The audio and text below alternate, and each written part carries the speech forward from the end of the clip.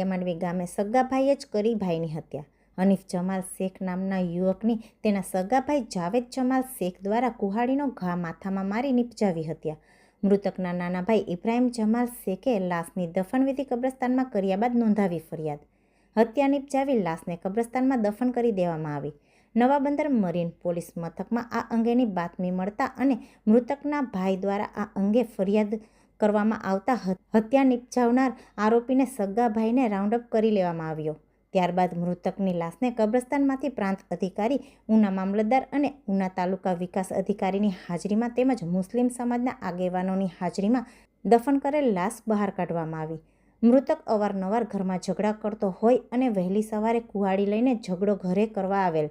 આરોપી દ્વારા કુહાડી ખેંચીને પોતાના સગા ભાઈને માથાના ભાગે કુહાડીનો ઘા મારી મોતને ઘાટ ઉતારી દીધેલ।